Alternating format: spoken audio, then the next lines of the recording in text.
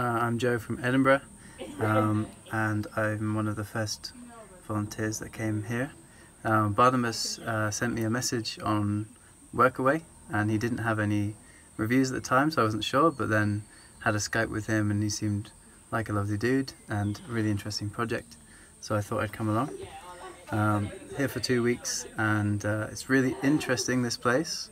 I kind of expected there to be more happening than there is, but there's a lot of great ideas about what can be happening, and then there's a lot of potential in the space.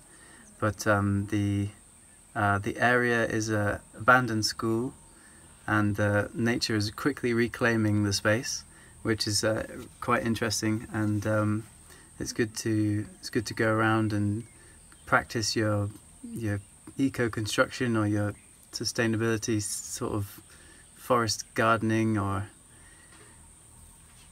permaculture and many other possibilities with the space. It's quite a big campus here, and there's currently 8 volunteers of us, and it's really good because we've managed to make quite a good team, and we're all working together on various things and trying to kind of come up with a good plan of action for our efforts while we're here.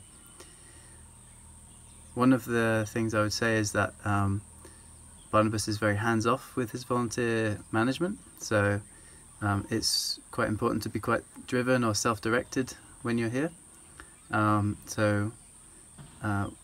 While we're here, we're going to try and set up some more information for volunteers when they arrive here, so an information booklet and some suggestions of what can be milestones towards a future goal. But yeah, make of it what you can, and it's a really beautiful area and really interesting little neck of the woods. So, top tips are just come with an open mind, and there's a lot of interesting little bits, like making your own coffee. I've never roasted my own coffee before, never harvested cinnamon off the tree, never climbed a coconut tree before I came here. So there's loads of things that you don't need to do elsewhere, so you don't bother, and then here then there's much more opportunity to go for it. So yeah, come with a open mind and good access to the internet, so you can YouTube how to do all of these things. I think that's probably it. So I'm in a little room over there by myself, which is quite a nice little space. I had to give it a good clean before I settled myself in, but now I'm here, and I'm here for 2 weeks, and yeah, it's really nice. I've been working on some of the gardening stuff, so composting and making sure that the new seeds are going in, cleaning up the banana patch, and also with some planning, helping a bit with figuring out what goes next, and looking at trying to get the big picture stuff, which Barnabas is really good at, into some deliverables, into some kind of objectives that we can try and in the short term move towards. I feel quite safe here. There's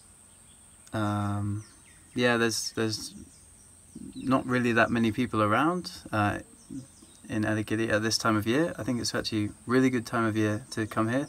We're currently in mid-February, and the temperature is perfect for me as a Scots. And yeah, it's kind of more quiet in terms of because Elagiri is quite a internal Indian tourist destination, but actually this is the down season, so the hills are quite quiet, and even in town is quite quiet, so it's really nice.